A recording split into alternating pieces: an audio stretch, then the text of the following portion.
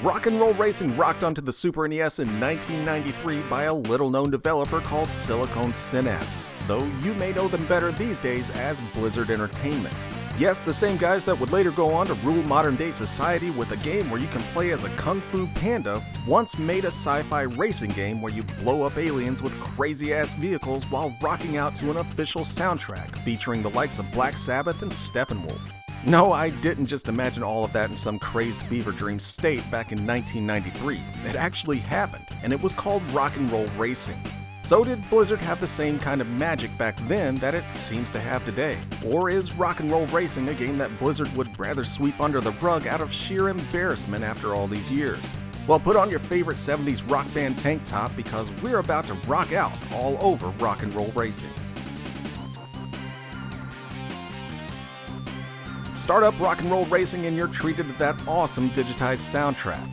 Believe it or not, it was actually really neat to hear something like Peter Gunn coming out of your Super NES, even if it totally does sound like garbage listening to it now. After you're done headbanging to the title screen, you're tossed right into selecting your character. It doesn't really seem to matter which one you choose, so choose the one you think best represents just how radical the early 90s were. Selecting a car requires a bit more thought, as each one has different stats to take into account. Each planet will always also feature at least one car that costs way more money than what you have, but has way better stats than the other cars. So you can either save up to get the super cool car, or stick with the one that you can afford. You can even pick what color you want your vehicle to be, which was sadly yet another pretty cool feature back in 1993. Once you select your car, it's time to get your ass out onto the track and do some racing, and also some rocking, both preferably at the same time.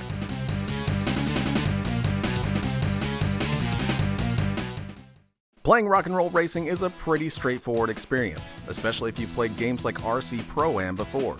Essentially, you get a 3/4 overhead perspective to view the action, and a few other cars to race and do battle with. It can be a bit disorienting at first due to just how fast corners can come up on you, but at least you get a mini-map in the corner of the screen to help you get a better idea of the track layout. Most of the cars in the game will be sliding through corners no matter how much grip they have, so you'll have to get used to drifting around corners early on if you don't want to be jamming head first into the side of the track. Racing is just half of what you'll be doing though, as you'll be using your weapons in rock and roll racing just as much. Each car starts off with a standard set of weapons, including a projectile that shoots out of the front of the car, a defensive weapon that fires out the back, and your trusty turbo boost to fling you forward uncontrollably. Initially, you'll only be able to use these once per lap, but you'll be able to buy more in the upgrade shop as you earn money. This is an absolute must, since your main strategy in winning most races won't be how well you stick to that sweet racing line. Instead, your best chance is to just blow the hell out of everyone in front of you, since the AI is incredibly aggressive. You also have various pickups on the track itself, like health and money, along with totally bogus stuff like mines and oil slicks. But if you can keep your wits about you and manage your weapons well enough, you shouldn't have too much trouble getting first in most races.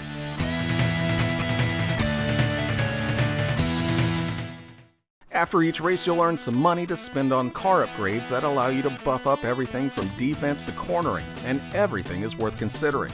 It's usually best to stick with weapon power-ups early on, and then start slowly building up speed and armor as you go along.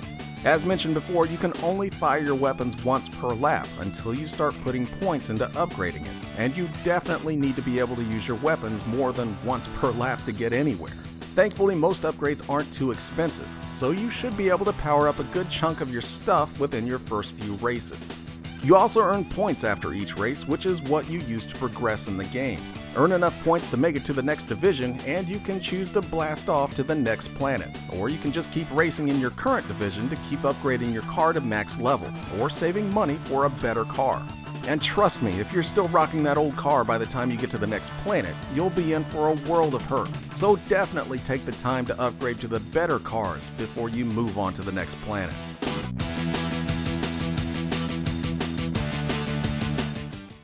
Rock and roll racing is definitely fun, but it's got some pretty rough edges to deal with as well, especially these days. While it was cool to see those big, well-animated cars taking up the screen back in the day, it just feels a little bit too close to the action playing it now. This can make the tracks later in the game incredibly confusing, since you'll have no clue which way to go if you're not paying attention to the minimap. And even if you are, it still isn't easy to figure out what's going on with some of them. The game seems like it would have been far more fun if the camera was zoomed out just a tad bit more. Combine that with this super aggressive AI, and those last few planets can turn into complete chaos in no time, with no way of winning a race beyond just blind luck. Also, that super cool soundtrack that you're rocking out to only has a total of 6 tracks to listen to, so it'll probably get old within the hour. Still though, if you can deal with those things, Rock and Roll Racing is a pretty fun game to play. A lot of the problems that the game has is easily overlooked due to just how much fun it is whipping around corners and blowing up other cars all over the place. It's even more fun and chaotic when you bring out a second player for the 2-player split screen option. If you're interested at all in checking it out, you've actually got a few options this time. You can always play it by finding a used Super NES or Genesis cartridge somewhere, but in a really cool gesture to its past, Blizzard released Rock and Roll Racing along with Blackthorn and the Lost Vikings on Battle.net to play for free. Personally, I still think it's worth checking out, especially for free, even if a lot of what made it so cool back on the Super NES isn't impressive in the least now. And as far as I'm aware, there's still no racing game that rocked harder than Rock and Roll Racing.